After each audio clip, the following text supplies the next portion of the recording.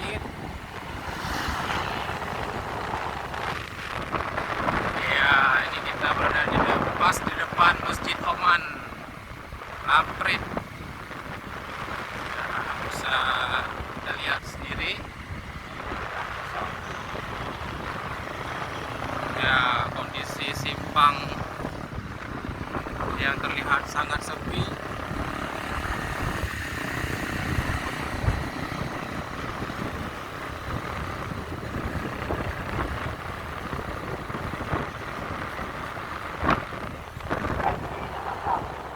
Ya, oke, ini kita sekarang pas berada di jalan T Nyak Makam Lampinung.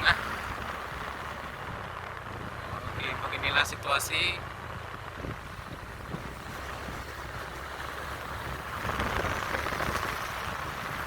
Beginilah situasi sekarang pas jam 20.00.